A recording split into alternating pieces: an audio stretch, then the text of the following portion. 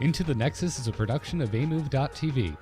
Bookmark Amove TV for other great video games and esports podcasts. Into the Nexus is sponsored by listeners like you via patreon.com/ITN.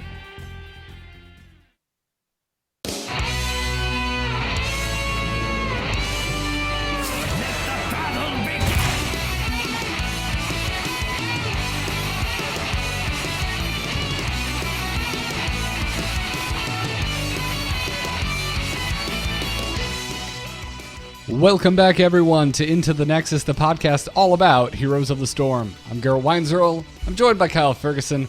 And Kyle, I'm lost. I am lost in this game. There have been many changes. Many changes. And but I'm still having a good time, though. I'm still enjoying myself, but I'm so confused, dude. I don't think you're the only one. I think there's a lot of confused, lost people out there, and this week I have definitely joined their ranks, falling down to Diamond 5 in a number of experiments, all of which I'm rather proud of, in fact, which makes it all the more puzzling. So what kind of experiments? Like new heroes, new strategies? Did you just decide to be a jerk for a change and start yelling at everyone for every little thing to do wrong? We'll come back around on that. Not a jerk, but I can't admit this week I didn't engage one person, and I'm very guilty to admit this. He went all game, and on the load screen, he was blaming people, and I said, and I don't normally type like this, I disagree. Oh, strong words. Strong words coming down, but I did.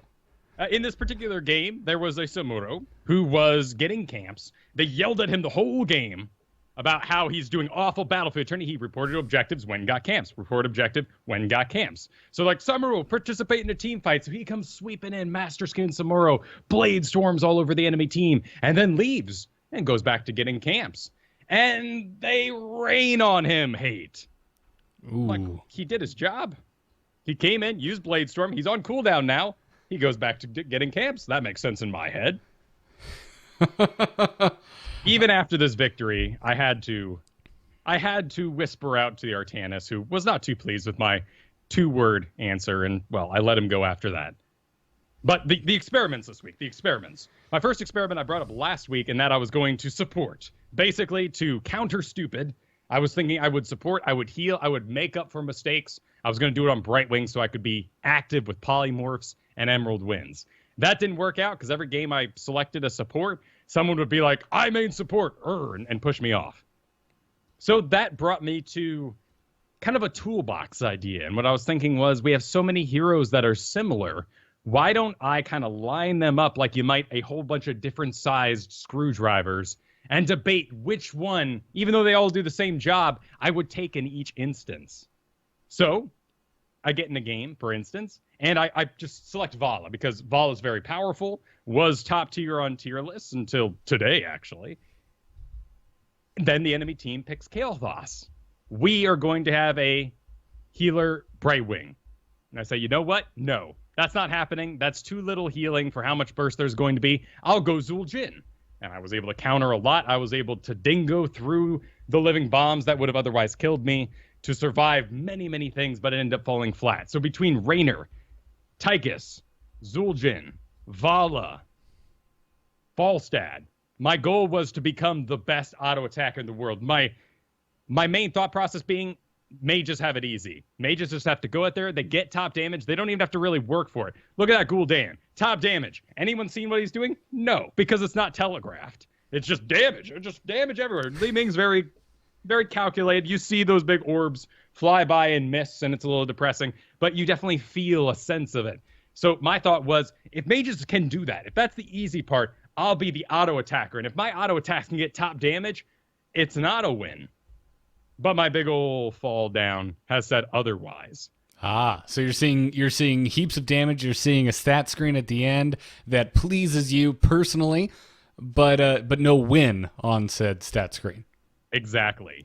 And that's no good. That was rather distressing, of course, because these auto attacks, I'm working hard out there. I'm giving it my all. So this meta is just going to have to be a puzzle. In fact, this week I ended up winning the only games I did win were on Raynor and Tychus.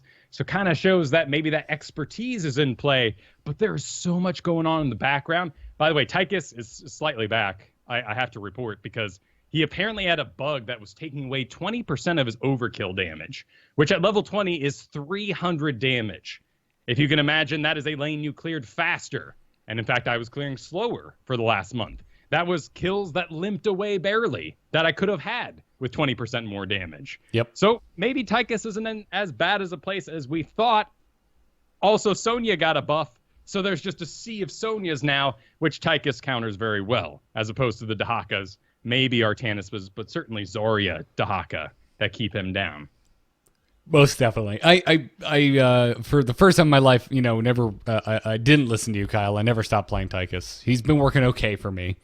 But overall, I'm 100% agreeing with you right now. The game feels very much like a puzzle. For whatever reason, I can't really put my finger on it why, but for some reason, more so than ever before. It's not like the game has ever stopped having changes made to it frequently. There's been iteration on Heroes of the Storm pretty much nonstop since you and I got into the tech alpha. But something is different now. Something like post-Valera is different. And there's just such a... I don't know what it is. I think it's just that there are so many options. Like you said, there's so many slightly different size screwdrivers that fulfill similar roles that I'm not 100... I'm the least sure I ever have been of what I should pick, what goes with my comp, what I should be counterpicking against the opposing comp, and all of that jazz. I think you can really highlight the fact that our assassins have been very well filled out. When it comes to tanks, particularly a solo main tank and a solo main healer, it is extremely easy in the second draft phase where you'll probably be banning those things outside of maybe a Malfurion early game or early in the draft. It's very easy to restrict a classic comp right now. Whereas they went through and encouraged Dahaka and Artanis. So we really have this sort of weird front line that just keeps coming because it'll back up and heal on Dahaka, and then Artanis will be sweeping around anyway, popping shields, and it's getting kind of random. And we can't look to the pro scene for this. We can't look to them for information because they're playing old Tassadar for one, which is completely crushing, which is bizarre. Mm-hmm. But they're also playing Zarya at the same time, so even if you can circumvent the front line, and in this case, pros circumvent the front line, Zarya and Tassadar are throwing shields to the back line repeatedly. And that's making our pro scene look bad. They're not playing bad. No one's really throwing it out there. It's just when shields are kind of random and can sweep in and change the whole battlefield, things are getting a little over-tanky, which can lead to a Tychus resurgence, but everyone has a shield, in a way. The Dahaka, the Artanis, the Brightwing, and the Tassadar, that comp, it just kind of sits on the objective. And I feel like we've worked to this point because of Brax's Holdout, one of our newer maps. It really encourages you to just hunker down, heal up, and never give away the point. You don't really have to win because the objective will win for you. Yeah, it's a really good point. It's because, back when we first started playing this game, we started doing, double warrior comps before we even coined the phrase bruiser on Dragonshire because of having to split to take the shrines. But now, like you said with Braxis, it seems amplified, right? Because someone still has to go and get the Dragon Knight and pilot the Dragon Knight and win through control, whereas on Braxis, you just let the objective do it for you. There's also a lack of mini comps, and that's something I talk about a lot, making sure that if you're going to make an engage as a tank, make sure there's at least a damage with you. Don't make that mosh pit with everyone in it if no one's going to hit it. That's the most simple way to think about it. The mini comp thing is there's a healer, there's a tank. If I don't know where to be as the assassin, let's say I'm burst, I could maybe go lane clear. If I'm sustain, I need to make that mini comp functional. Otherwise, it has 0 damage, a lot of CC, and a lot of sustain, but it's not going to get anything done. So let's put that sustain with the healer and the tank as to what they're up to.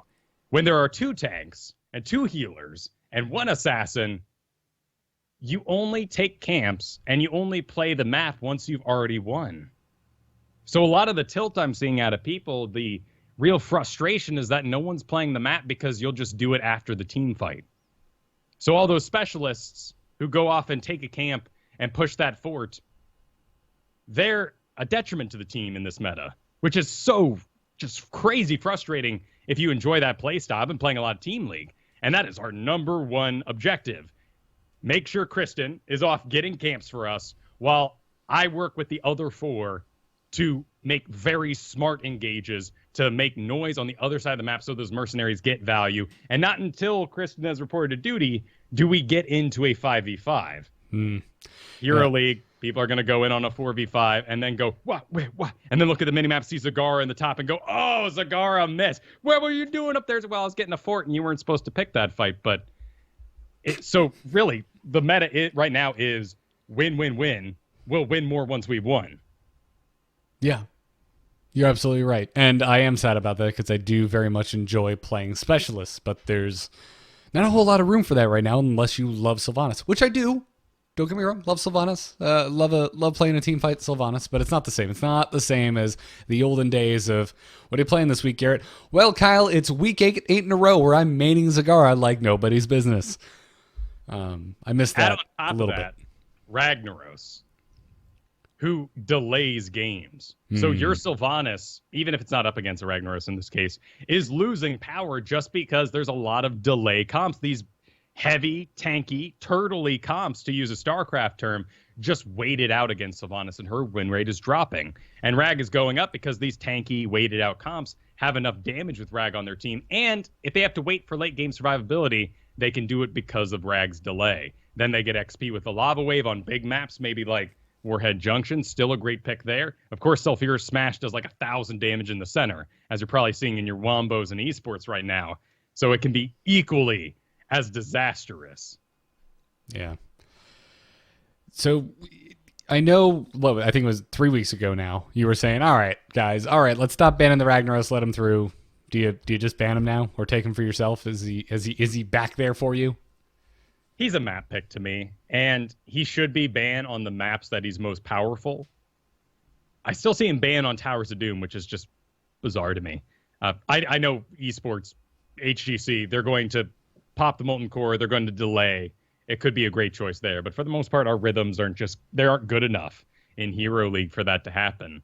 I'd focus him on Warhead Junction, where you need places with really solid lane presence. You want a Thrall, but you want everything else Ragnaros brings. Yeah. Well, anyways, we're going to talk a lot more about this, kind of how we're both in a state of it's not as figured out as it used to be for us throughout the whole course of tonight's episode. But we have Heroes of the Storm news to talk about. And just before we move into that, we do want to remind those of you supporting us over at patreon.com/ITN, our patron hangout, which is our call-in episode, will be tomorrow at 4 p.m. Eastern Time. And if you cannot call in live, head on over to the Patreon, drop us a question in the comments. We'll make sure to pull it in to the live show. Oh, and also, just a sub note, we hit our goal for Jeff Kanata like almost immediately before the MP3 podcast even went up. So Jeff will be a permanent recurring host once a month from here until everyone gets so sick of us saying how excited we are about Jeff that they pull their support. And we're also rapidly accelerating towards our goal of having Dunk Train on as a recurring host once a month as well. So thank you so much, everyone who has either upped your support if you were already a patron, and welcome all of our new patrons. Really appreciate it. Now, it is time to talk Heroes of the Storm news. We're on, boys! Ha ha! Let's liven up this place! Point me to the stage. Stay a while and listen. And it's funny calling it news because, this kind of happened almost immediately after last week's episode, but we haven't had a chance to talk about it. So, Kyle, let's talk about not all that new balance update. And it rolled in on a Friday, of all places. Yeah. Yeah. I feel like they're really squeezing in for that Valera patch for the pro players. We've got one more week this week, and we have to watch Old Tassadar again. Yeah. We did. Weird. It's super weird. And you know what? I like New Tassadar too. New Tassadar is just fine. Oh, yeah. It's good. It's fine. It's good. That solo support Tassadar in our Team League game earlier it worked out wonderfully. He did well. We kind of crushed that game. That was nice. It was Team League is a good place right now. It's really surprising. I mean, of course, you're always having to combat the other 2 or 3 people, depending what you grouped with, and convince them you're not idiots or you're less of idiots than they are, so they should follow you. But all the same, Team League's a great place right now. No, it is. It's the bastion of sanity in an otherwise nobody seems to know what to do world. So, anyways, let's get into this balance update. Ragnaros got some changes. He had a base health and regen reduction, and some of his popular talents reined in, like Sulfurous Hungers at level 1 had its quest completion damage bonus reduced. Catching Fire at level 4 had the health regeneration bonus reduced, and Cauterize Wounds at level 13 had the healing reduced. Still Good. seeing a lot of Ragnaros. He's still kicking trash.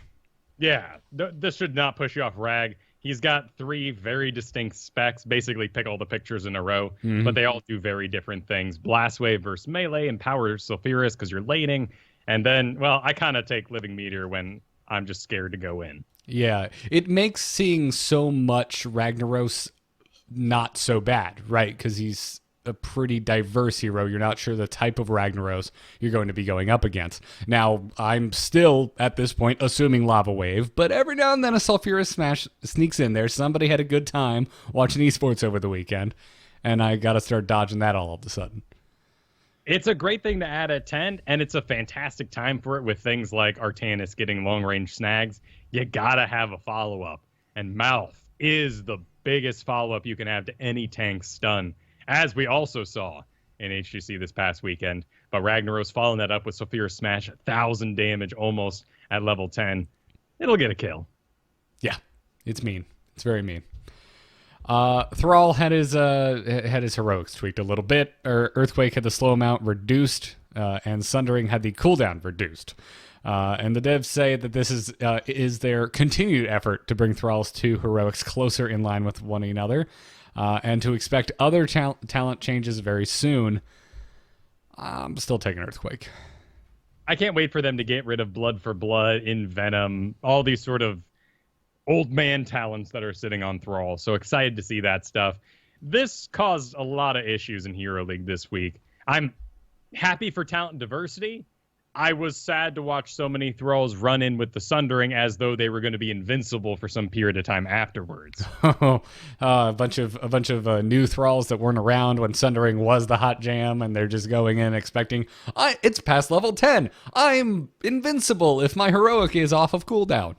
My Earthquake pulses and gives me health. Let's do it. And it does not go well. Nope.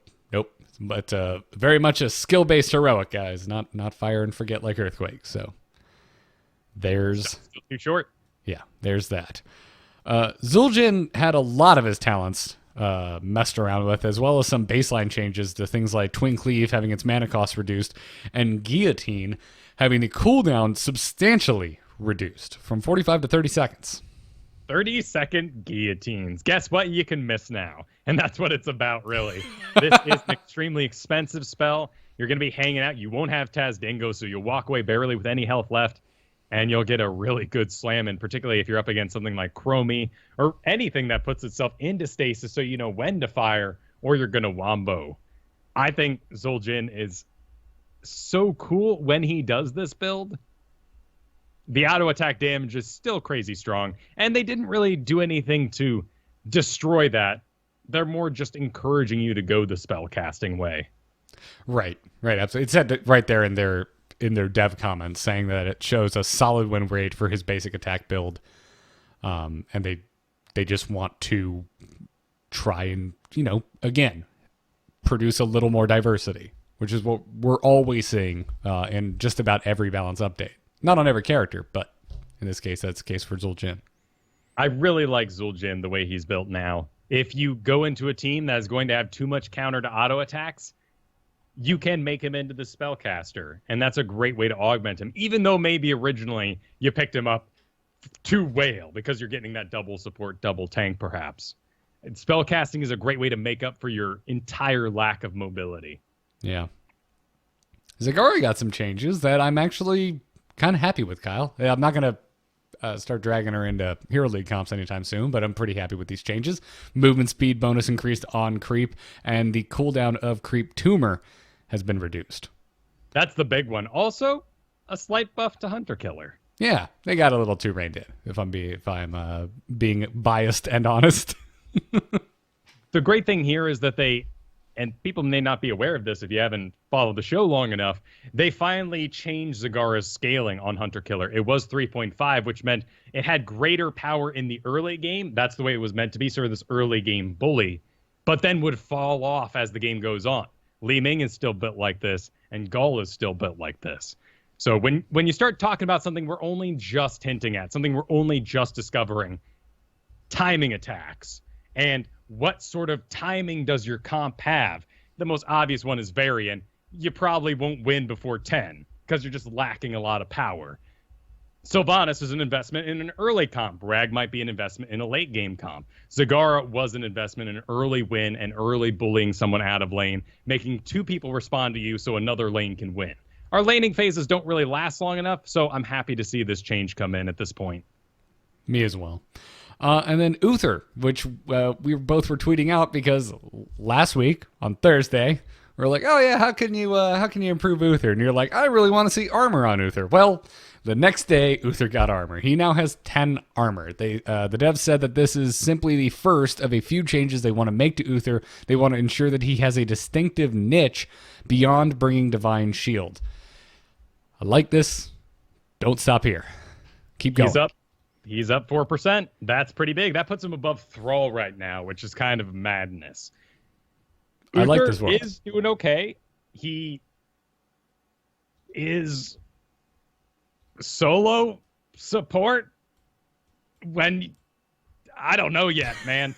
I've seen some Uthers this week and they have flopped in double support comps just because Uther still has to walk all the way in and his auto attack damage is just okay. It's pretty decent for a support when you compare it to someone like Ariel, but it's still just okay. The stun is what you want, and it could be a way to augment your team with that Artanis. You didn't get Mouth, but you just need something to hold on for a second once that swap is complete. I want him to hurt, man. I want him to be like Monk. Like, you don't ignore the Monk because the Monk's kicking your ass. Let's do the same with Uther. I still want Devotion Aura. I just want a talent in this kit that lets me share my armor with my allies, maybe even take away my armor and give it to my allies. Something.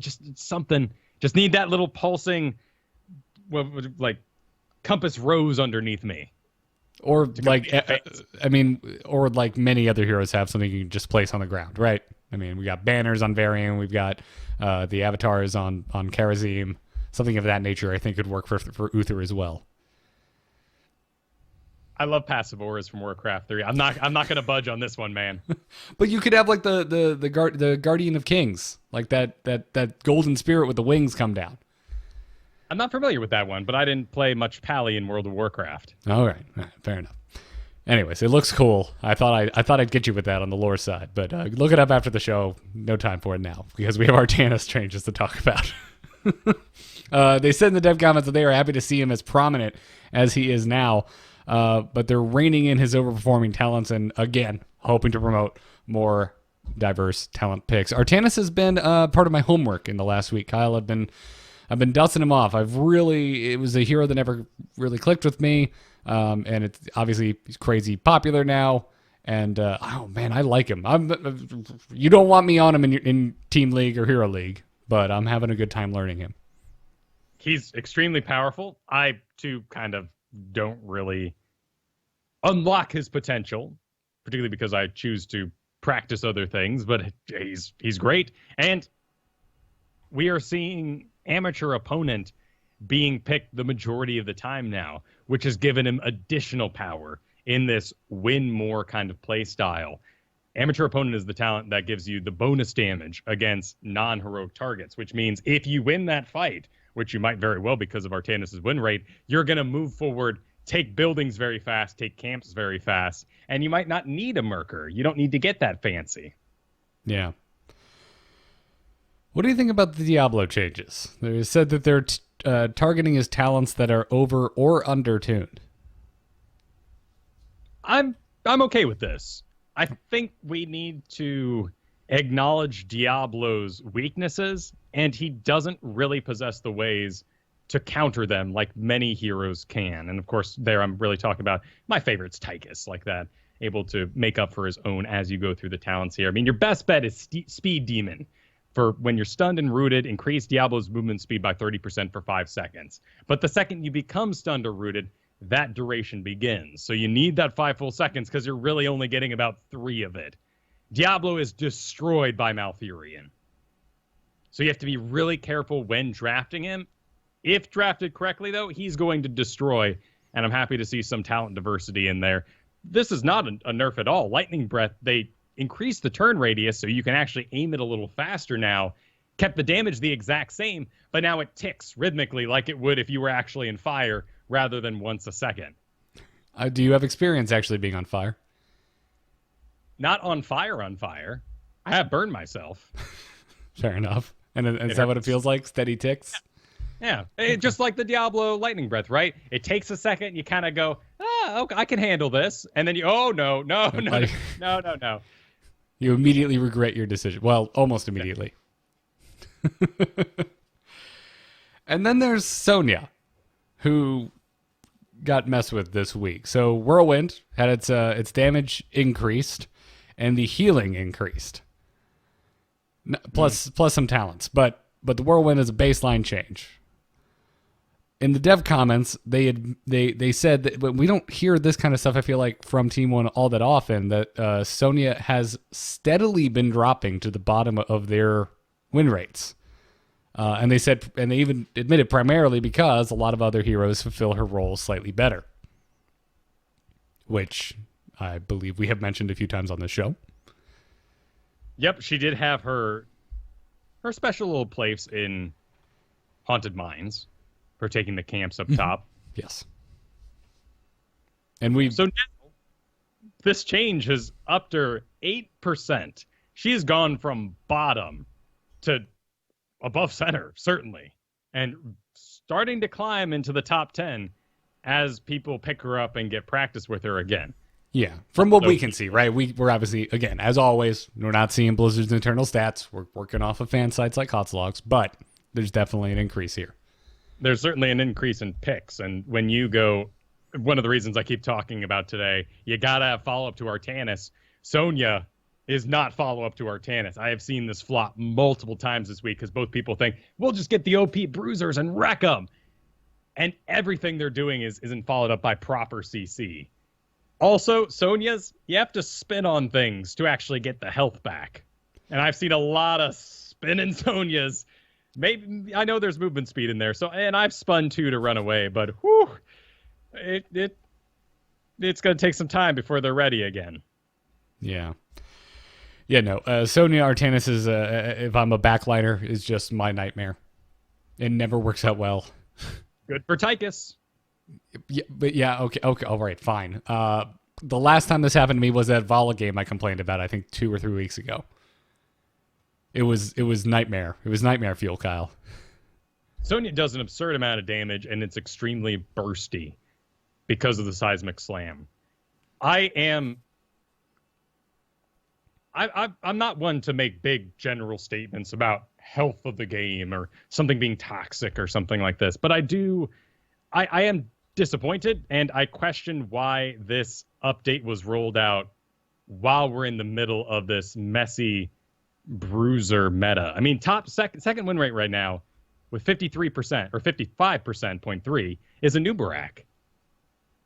So we're just getting bodied out there by Triple Warrior, and it is dirty stuff. Yeah, it is. Now, do you have any suggestions what you would prefer it to look like? Any constructive suggestions at all in any way, shape, or form? Like, what would be the perfect world in your eyes? Like, what meta would you like to see cultivated? It's difficult because I understand why clutch plays are so important, and you want your supports to feel like playmakers, and that's something that Heroes of the Storm has really focused on well. And of course, our tanks have always been playmakers regardless of the meta or actually the game. Other MOBAs have great warriors because they often pack a lot of the CC. Blizzard has made the choice to give great CC and other maybe sight abilities or teleport abilities to supports to sort of even it out. When we've added in 3 types of shield now with Medivh, Tassadar, and Zarya. All of our bruisers have been reworked for the most part to either greatly reduce damage or regain their health easily. And our main tanks, like Diablo, even consider comparing ETC to Dahaka, those sort of characters like ETC can't top themselves off quickly. So there's a lot of wasted damage in the world right now. And my top damage is false. It's not effective damage because I may have nearly killed Sonya and Dahaka, and they're going to go heal up. And maybe I nearly killed Zul'jin, and he's going to heal up. And then my Tracer dives in on an almost dead guy, and a shield flies in and negates the situation. So maybe we're waiting for a great hero to come along that breaks shields reliably, a shield buster hero. Kind of like what you can do with Varian at 13, but earlier, from the get-go. A strong counter, mass dispel on priest, something like that. How cool. And maybe we just need a change in the map pool, and we get rid of, if maybe we just have Braxis, but not Infernal Shrines. Maybe that's enough to change everything. If only we had a StarCraft Ghost that we could put EMP on. Ooh, that'd be cool. That'd be a great way to get Widowmaker in here. Kind of divide up the 2. Give EMP to Nova, change your kit around, and then put some of her kit on Widowmaker?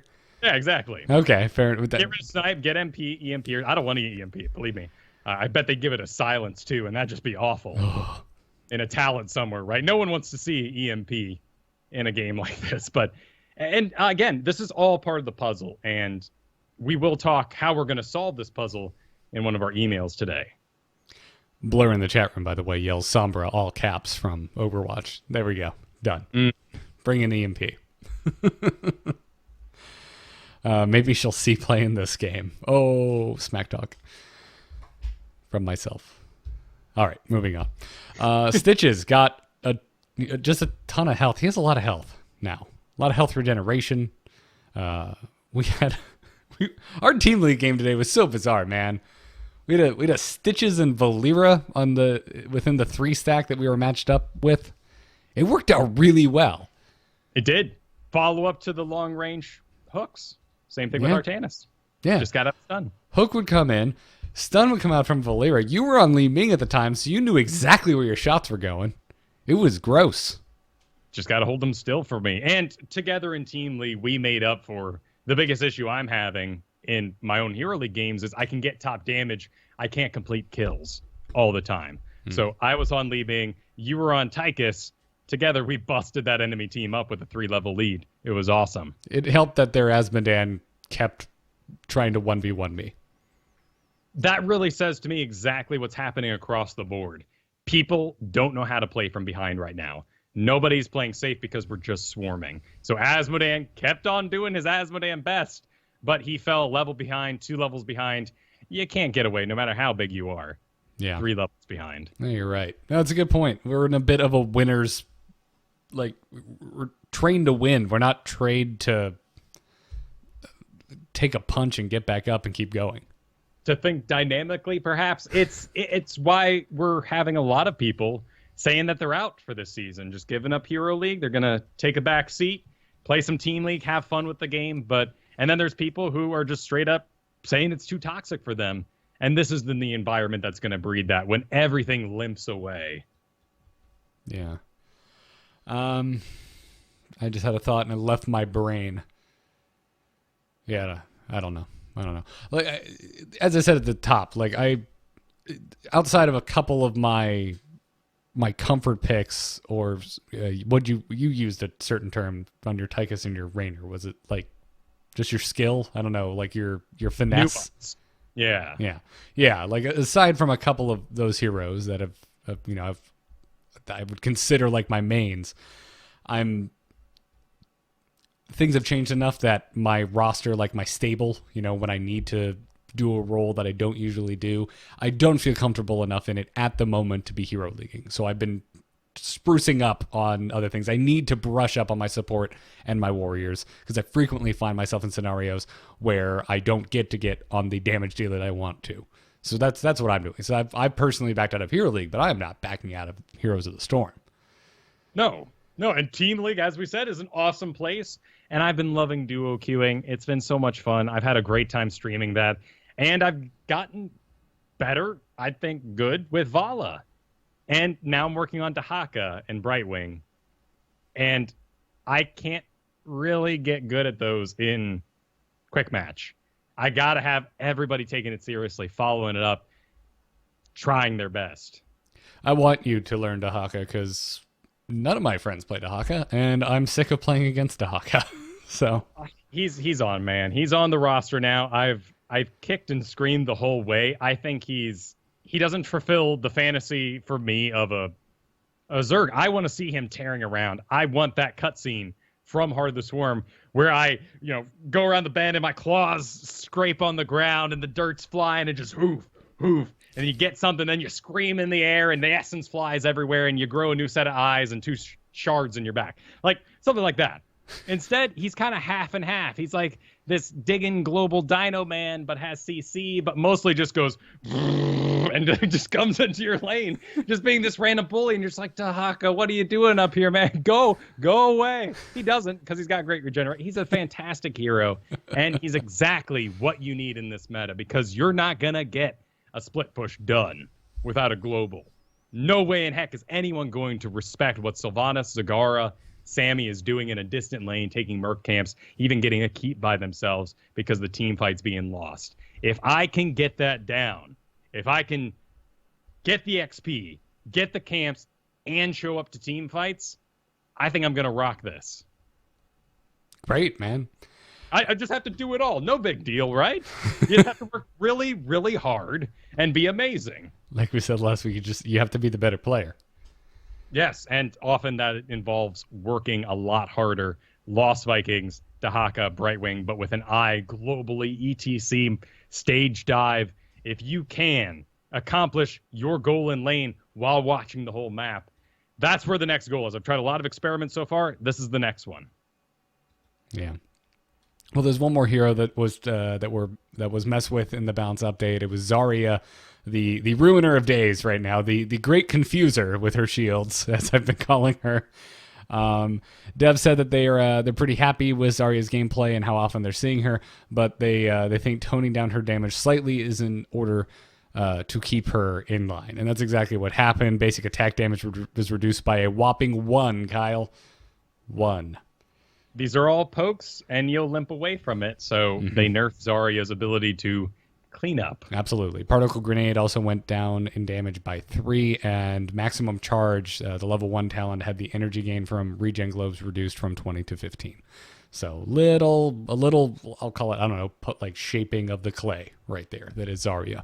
So I'm glad. I'm still seeing Zarya everywhere, and she's still extremely annoying. Yeah. Yeah, she is. They've gotten good too, and they'll farm with their shields on towers or whatever they can. It's a tempting pick, but I do feel a little passive in it. Yeah. Everyone else has to be winning for you to win. Maybe I should pick up Zarya. You just keep working on your Dahaka, and we'll just annoy the living crap out of every team we go up against. Sounds great to me. I'm down with Zarya. I like Zarya's kit. I like the way she plays, and she's got a sweet haircut, which is actually, that's the number one thing I look for in a good hero. That's why I like Johanna and Kael'thas so much. Well, then that's why you like Zagara too. That's good hair. Yeah, exactly. I mean, it's more of a crest, but still, we'll run with it. I'll accept it. She's got the Kerrigan dreads hidden in the back there. Yeah. The Predator dreads. Anyways, Kyle, so hey, you know how you said things are a bit confusing right now? A little bit. You know what would make things a little easier, at least for new players coming in? What's that? If they changed how roles, and terminology that are given to the heroes in this game.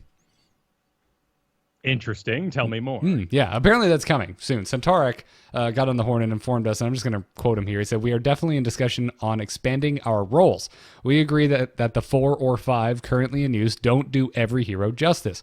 We think we could do something better, but we're still pretty early on in the talks as it has an impact on quite a few number of systems." Hadn't thought of that, but now that I think about it, there's a lot of buttons I can click on that have something to do with the roles.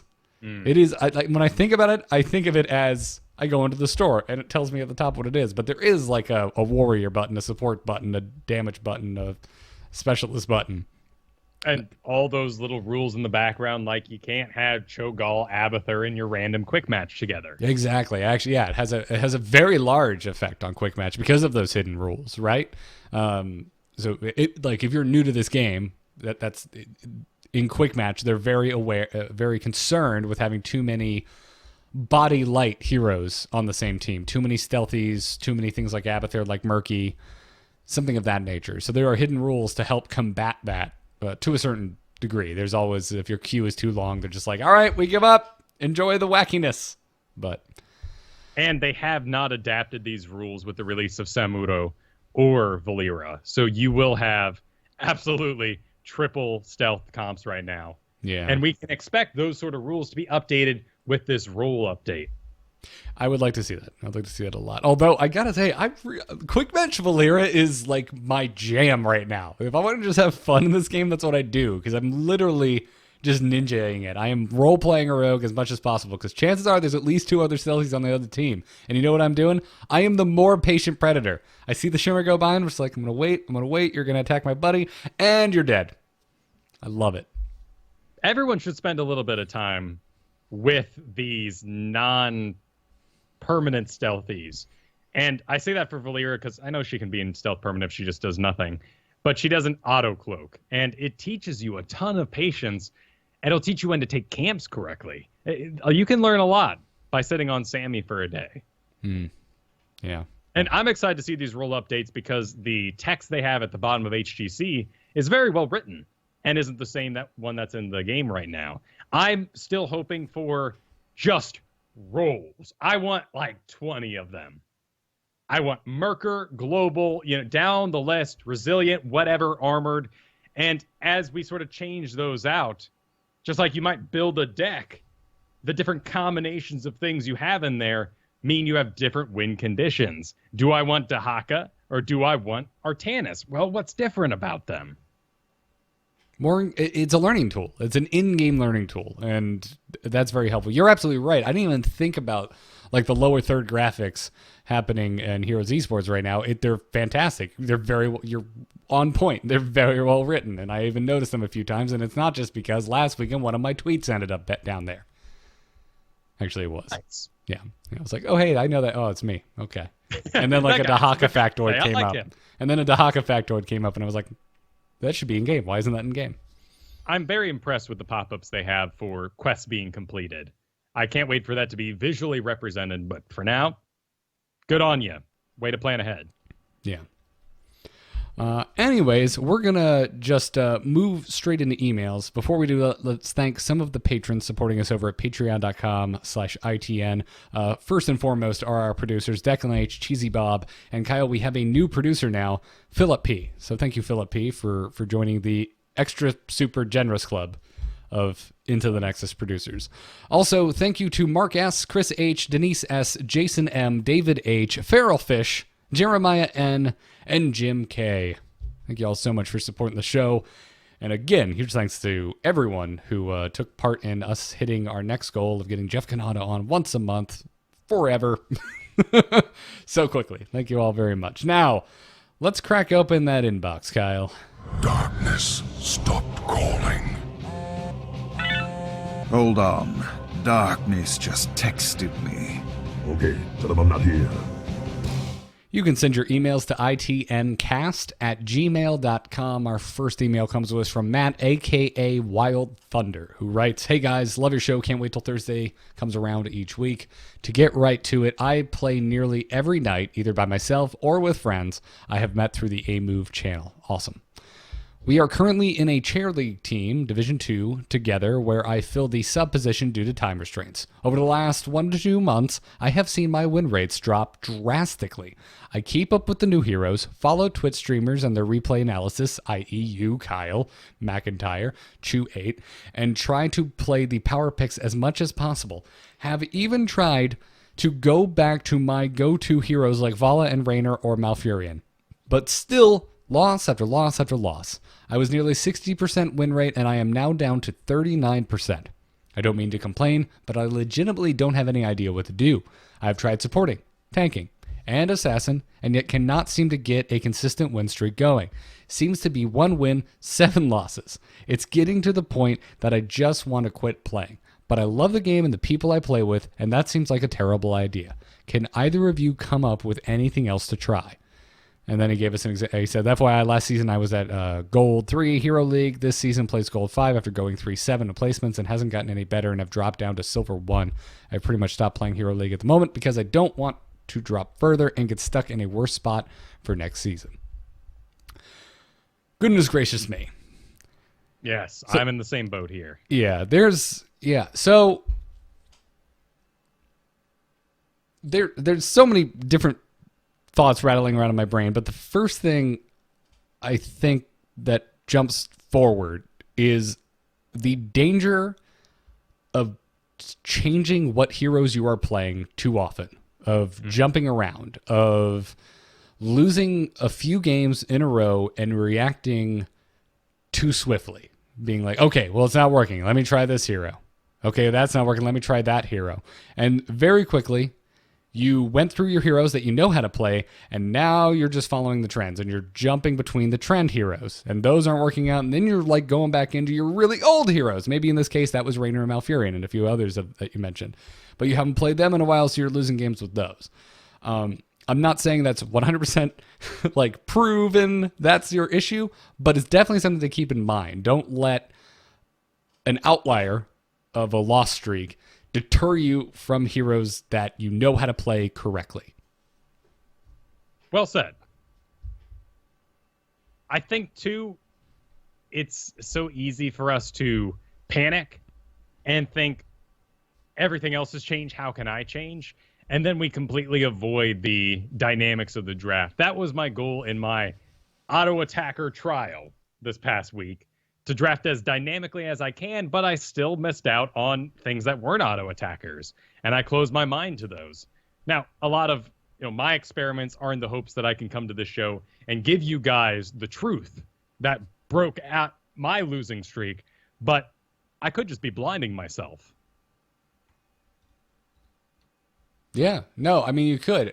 I'm glad you had the experience in the last week that you did, because I feel like it applies here, right? Yeah.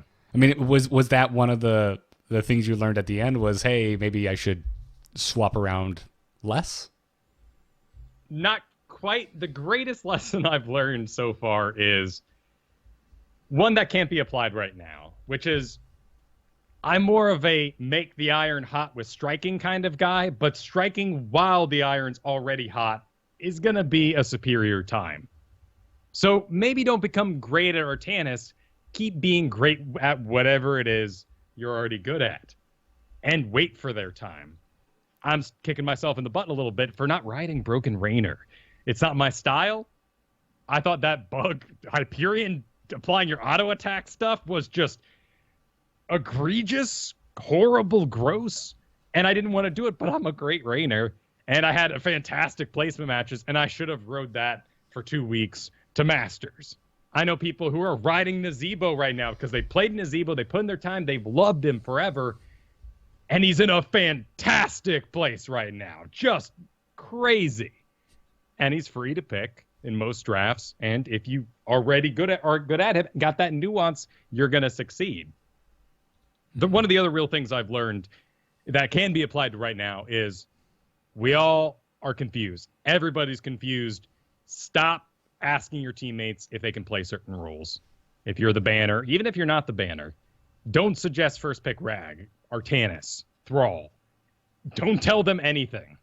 Really, it's so against what I do in many ways. You either have to be a bully through the entire game and demand the sort of strategy you want, but you can't get people to play meta heroes. So what I mean by bully is I had a game on Zul'jin yesterday in Hero League. We got a first pick Thrall. First pick Thrall, not so great. Went into the lane against Rexxar. I picked Zul'jin because he's a huge counter to Rexxar. I burned the bear. That bear is dead, and I farmed stacks of my level 1 quest off of him. Thrall took that lane. I said, well, it's Thrall after all. He should have the solo lane. And the strategy fell apart. And I could say that Thrall was bad. That was a real shame. But I should have been the bully in that case. And of course, I'm going to do my best to frame it correctly, Hey, man, let's switch lanes with me, Thrall. I'm better against Rexxar. It's no hit to him. He might take it personally. That's okay. Hopefully, he'll understand the logic of it. Yeah. And I should have made that decision. I'm glad that you always bring it back to social engineering, by the way. like etiquette and reverse psychology. Guys, I've noticed the same as well. I've never done, and you know me, I'm quick to anger, and I'm quick to tell you how it is and how I think it should be done. But I've never, and in my recent Hero League games, I've been on the ban position every time. I've never suggested to the first pick what they should play. My question always is, when I have ban to the first pick, what do you want? Insert name here, and I wait until they show, and I make my ban off of that. That's the right way to do it right now. The worst thing you could say is, hey, first guy, can you pick Rag or Artanis? And he'll probably do what we'd all do in that situation, go, you know what? Yeah, I can. I've done it this week too, and I lost that Rag game. In reality, you had 2 games on Rag logged this week, and it probably didn't work out that well. Exactly. Yep. Yeah, your game time is limited, right? Practice is important. Meta picks can only carry you so far if you don't know how to play the meta picks. So the best thing you can do there is say what you need, but not a hero name. We need follow-up. We need more heals than that. I think that's a little body light when you see that Chromie. I think it's too early for that pick. Don't even say the hero's name. So they continue to think about what they can change to that's within their skill range. Yeah, it was like our team league earlier. We the person hovering over Valeera got a little testy at you and I for instant locking in our 2 picks, and I fired back in the calmest way possible, be like, well, yeah, but honestly, I mean, your 3 picks will probably be free at the end. What I was really thinking was, dude, if you first pick Valeera, she's going to get countered by something that reveals her. What are you thinking? But I didn't say that. I bit my tongue and moved on with my life. Yeah, we first picked a Li Ming, and then I said, clean up after me, and you went Tychus, and it was fantastic. It was beautiful. It was a beautiful thing. I didn't get to practice anything I'm not already good at, but oh well. Winning is fun, too. So... Also, my advice right now for this meta would be what we sort of hinted out over the course of the show, which is make sure your team fight never is behind on XP. And you need to make your team feel like they're winning from the beginning to really pull them together. Draft enough CC and lane clear. For now, don't worry so much about damage. And that's really weird for me to say because I prefer murder machines. I want to own the game. I want to win. Feel awesome doing it. But everything's so darn tanky right now. Just make sure you can't handle every wave and every mercenary that comes at you. If you get a hold of something, make sure you can hold on to it long enough to complete the kill. Then you'll get a lead. In the early game, you cleared your lanes, you got an early kill, now you have a lead. Your damage output doesn't matter because you're 4% more powerful per level than the enemy team. And all those melee, which in the past we'd say, too many melee, you're going to lose. It doesn't matter anymore. You're swarming. No, it really doesn't. And all the more makes me want to just go Divine Storm Uther. But that's neither here nor there. Maybe in the after show we can hook that up. It didn't work out so well. All right, I will do it again if we get in Discord this time. Okay. I'm feeling a little targeted in our after show games. This also means that you need to make sure you never miss a team fight right now because people are going to tilt and you have to make sure everything is as decisive and as strong as it can be. Even if you are opening up opportunities for other wins in other places, people want to win team fights, and that's what truly people are going to snowball off of in Hero League. So control the map, get those merc camps, but make it on time. Dahaka, Brightwing is on my list right now. Ragnaros can be too, just because of Lava Wave on certain maps. You can recover a lot of XP. You can delay the game enough, and people like him. And there's no reason for you to be off by yourself in most cases. Yeah. What about some of, I mean, now Matt did give us some specifics here. He said, go back, my go-to heroes like Vala and Raynor and Malf. I mean, anything wrong with those there? Malf's in a great place right now. And there's nothing wrong with Vala or Raynor. There's just too much regeneration. That's what we're still trying to figure out. Vala and Raynor are winning if you're already ahead. So what did you do along the way to that eventual team fight that let you win the game? Because these sustained attacks will be countered by sustained healing like Brightwing, like Dahaka. These cheat-free options, or even Zarya, for people to remove it. And Zarya's shielding. Shielding is a very interesting concept because you would think shielding comes in this burst wave. Suddenly there's this huge shield. The arcane orb flies through the air and hits Zarya. She activates it early and absorbs the whole thing. That's a great Zarya. And that's a Master League Zarya. The real reality is you are Tychus. You are going to do your little shift in for the bonus range and just start pumping it right into Zarya's face. And then she's going to pop a shield and you're going to go, oh, crud, my minigun lasts 3 seconds and there's no one else in range. I guess I'm ruined. And that's what's going to happen on Raynor and Vala right now, too. Yeah, that's why I've been doing just the walk into range engage against Zarya on Tychus to try and just make them think, you know, because I love it. I love it. Minigun is such a subtle effect. Sometimes you can trick them. Sometimes you can trick them, Kyle. And things are going to have to be a lot more patient because of that. So your really hard engages with Vala, they're not going to work out right now because people will survive the burst and they'll come back for more. Yeah. Can I circle back to one thing you said earlier that I just want to frame it, Kyle, because I think it was important. You said when you win on Raynor, you know, it's a hero that you win when you're ahead. What you need to do is take note of what happened before that team fight, before, you know, how did you win? Because we talk about on the show all the time that it's important to go back and rewatch your losses, figure out why you lost. But it sounded like you're also saying you should also figure out why you won. Definitely. And to that note on Raynor, I am no longer taking Seasoned Marksman at level 1. I'm not taking Give Me More. Because Give Me More requires me to have an if statement. Actually, I love the talent, but it's out. Scouting Drone at level 1. I'm dead serious here. Even if there's no stealthy on the enemy team, the amount of engages, bad engages, that your team can avoid because of sight. If they're not utilizing sight, that's a problem beyond anything like I can even help with in this statement. But a level 1 scouting talent like this, what the Medivhs are doing in pro play, what Tassadar is doing in pro play, is actually what's changing a lot of the scene too. Not only these shields, everything I've talked about today, but then sight is ruining ganks or encouraging ganks. So it's another way to give your team that edge. You have many edges you can give them through XP, through buildings, through awareness, through heals, sustain, whatever it may be, but it has to lead to an early XP lead to make sure these heroes win the fight. And then, once they're feeling successful and bored, do you hit up those merc camps or objectives? It's so different than anything we faced in the past, which was a lot more squirrely. Because if the tank went down, game over. Yeah. Well, any closing thoughts for Matt before we move on? Continue to focus on your big stuff. Don't be afraid to take a break from the Hero League. Focus on your team league. It's a great place to be right now.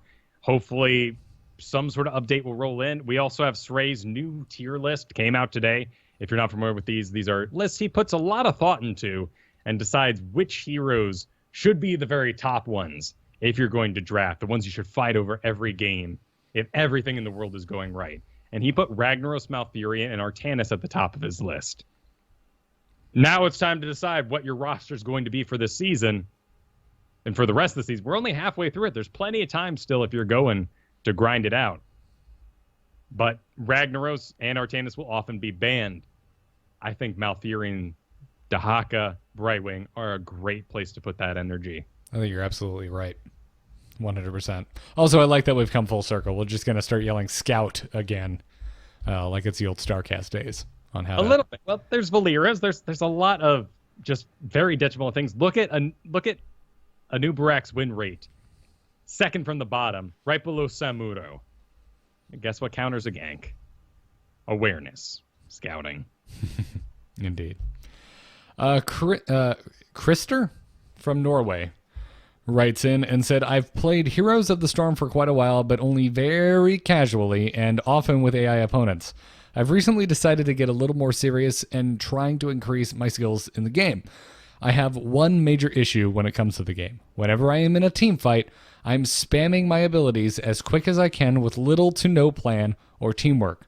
I get so stressed when I'm in the middle of things that I just throw out abilities and heroics and run around like a headless chicken while everything is on cooldown before I am eventually killed. I know I'm not doing my team any good, and I'm aware of the problem, but how do I solve it? How do I get rid of my panic attacks in-game and make me keep my cool? Sounds like he's playing Kael'thas. I've seen a lot of these guys. Yeah, actually, as a matter of fact, it does. You're absolutely right. Play Raynor. Raynor will train you to have a plan. That's true. That's a good suggestion because you have no escape. You've got nothing but a pushback, and that's not going to delay many people for long. So your positioning already has to be incredible. Yeah. You do, however, have a little bit of a buffer in your self-heal, so that's good. You know, it's a little bit of a training wheel, and I don't mean that in a mean way. Just play Raynor. You will be forced to pick your target correctly. You're going to have to use your Q intelligently, or you're just going to help your enemy get away when they otherwise would have died. But if he's playing Kael'thas, maybe even Gul'dan, he should be learning these same skills. The real place to target when you're talking about panic is your awareness of what the heroes around you are doing. Maybe you need to take every hero to 5. What's Valeera do when she goes in on you? Do you know? Do you know why you're silenced or sometimes blind? Why they use that particular one on you? Are you happy when maybe you were stunned instead of silenced? Like, that's the sort of nuanced things you need to figure out. And then, once you understand all those interesting tidbits, I mean, sure, Heroes went through and made a whole bunch of different maps. You know what, in other MOBAs, it doesn't matter that there's no other maps. I like it in Heroes of the Storm, but it doesn't matter because the true reason why I play MOBAs is because every single hero piece is different. And even if all the comps are same forever, the players are different. So get in there. Look at the enemy. Who's good? You got to figure it out. Who's the best on the enemy team so you know to go after them first. Dahaka, for my Dahaka, if there's an enemy Valeera on the enemy team, I'm not going to do a deep engage because I need to zone my backline who's definitely going to get ganked. Now when that gank comes out, I'm not surprised by it because I was expecting it all along. We've talked about this a lot in the past, but not recently. Pick 2 things. The 2 most important things you need to pay attention to. Blizzard and Mosh Pit. Those are 2 really good ones if you're up against them. Blizzard has a cooldown. Think about that cooldown. Every time you see it used, go, excellent. That means I don't have to deal with a Blizzard for X number of seconds. Great. That time is 15 seconds. So now I have a 15 window to make an engage. Whenever ETC hasn't used Mosh Pit recently, you're constantly thinking about, I need to hold on to this penetrating bolt, this pushback, this stun, this apocalypse, whatever it is, but you're holding on to it. Maybe ETC sucks, and Jaina sucks. So you put all your attention on Tazdingo. Who knows? It's your job to decide which one you're paying attention to, but you're acknowledging along the way that you can't keep it all in your head. That's impossible. Yeah. Yeah. You say you play against AI all the time. You should use that to your advantage. And like Kyle said, make note of the heroes that are causing you to panic, that are causing you issues, and then go and play them in AI. Read their abilities, read them closely, because there's always things that you miss. I can't remember how long it took me to figure out that I should never self-cast Taranda's heal on myself. This is way back in the day, but I read over it entirely at some point. Well, and I learned something this week that I had no idea of. Why do Illidan's always use Metamorphosis on top of the enemy team and then just run away? Why didn't you use it to teleport far away, maybe over a wall? That sounds like better survivability to me. But the text on Metamorphosis says temporarily increases the maximum health for each hero hit in the initial impact. I had no idea that was a feature, and now I get why Illidan's do what they do, and I can predict where he's going to teleport. Yep. Absolutely. Although I would argue if you'd just seen enough Illidan play, you would just start assuming you would be teleporting into the group without knowing how it actually functioned. But I didn't get why. What a stupid move. The damage isn't that great. Yeah. And in to that regard of like keeping those cooldowns in the back of your head, I already mentioned one of them earlier, which was how I engage Zarya as Tychus, which is I try and trick the Zarya into popping her personal barrier, and then once it's down, that's when I activate minigun. And earlier today in our team league game, Kyle, when I was fighting that darn Asmodan, I just waited until I saw All Shall Burn used, and even though it's on a short cooldown, it's enough that I can get in there and get a lead on the damage so that when he starts All Shall Burning my face 6 seconds later, I'm going to win the race. Exactly. If you're getting into Artanis right now, Blade Dash, 10-second cooldown. Phase Prism, 16-second cooldown. That means you get one false engage, and then on your second, you do the Blade Dash, Phase Prism combo, and Blade Dash whenever you can to make sure everyone stays confused. But if you're in the know, you see that miss, the next Blade Dash is going to be a false one. The final point I would give this guy is don't panic cast. You're already saying you're doing it, but just to be sure, Samuro, Blade Storm, 110-second cooldown. Mm-hmm. If you die at level 10, as you go down, do not panic cast Blade Storm because you will be back up in 25 seconds or so, and you'll want a Blade Storm for whatever happens after that. Yep. Now, some abilities and some late game things, like Kael'thas's Phoenix, if you're going down, hey, yeah, get it out, man. Might as well. It'll be ready to go when you res. Yes, absolutely. I drop my drill on Tychus all the time as I'm dying. I'm just like, okay, cool. The fight's going to keep happening even after I'm dead. Let's protect the objective. It's nice to have something to do as well. Yes. Yeah. Banshees on Raynor the few times a year I take them. Yeah, that every once in a while when you realize, hey, they have no damage on the enemy team. All right. Yep. It's fantastic. So thank you for your email.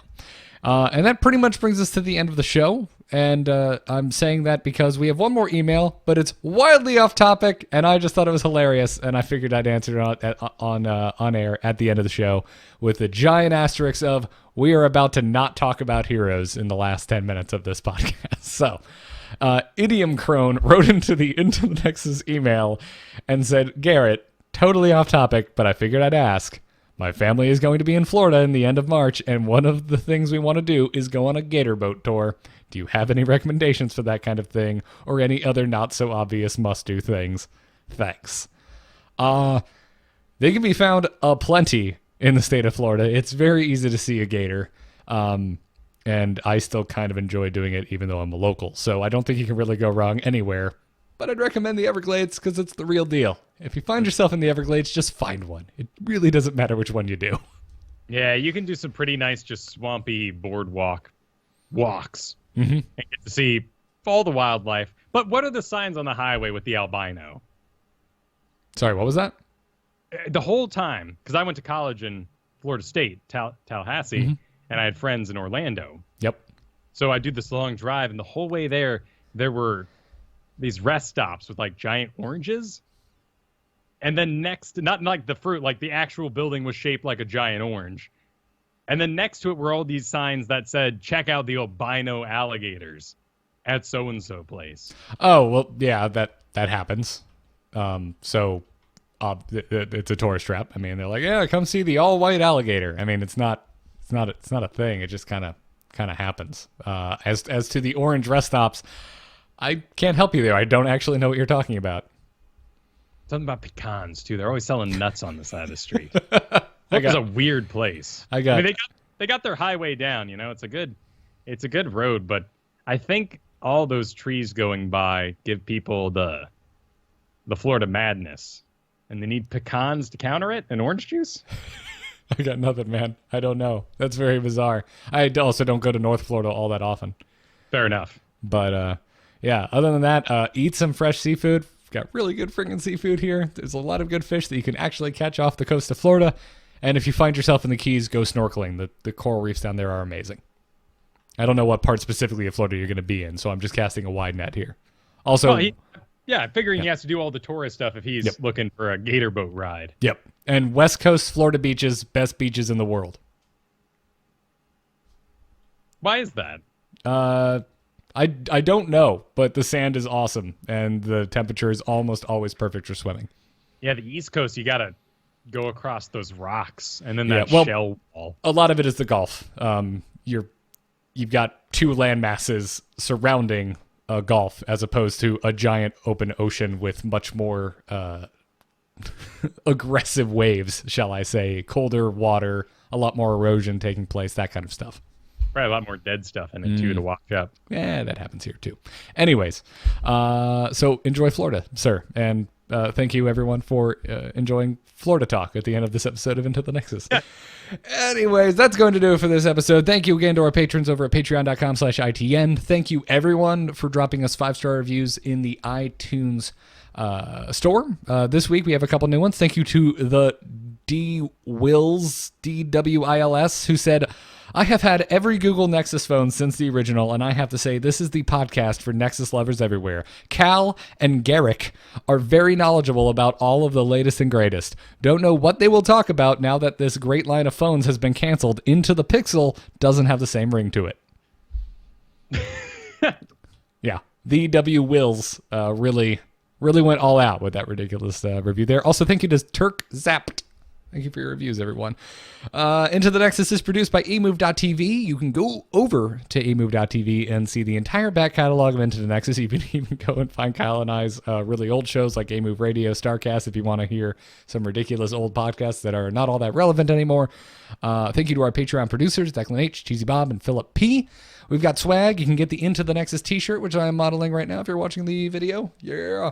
Over at shirts.amove.tv. You can get custom etched glassware over at etched.amove.tv. You can catch us live every Thursday night at 8 p.m. Eastern right here on twitch.tv/amovetv or on alphageekmedia.com. Follow us on Twitter at ITNcast, and huge thanks to Gorath and BrianGriffithMusic.com for our intro and our outro music. Kyle, where can folks find you?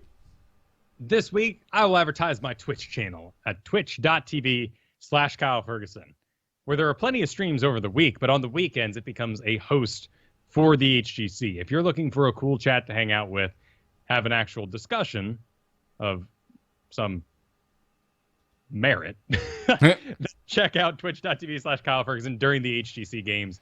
I'll be hanging out there. Hope to see you all there as well. Awesome. Folks, you can find me on Twitter at Garrett Art. You can find every darn podcast I do at amove.tv and my graphic design portfolio over at nomoonart.com. That's going to do it for this episode. Thank you, everyone, for tuning in. Thank you for your emails. Keep them coming to itncast@gmail.com. But until next time, good luck and have fun. Take care.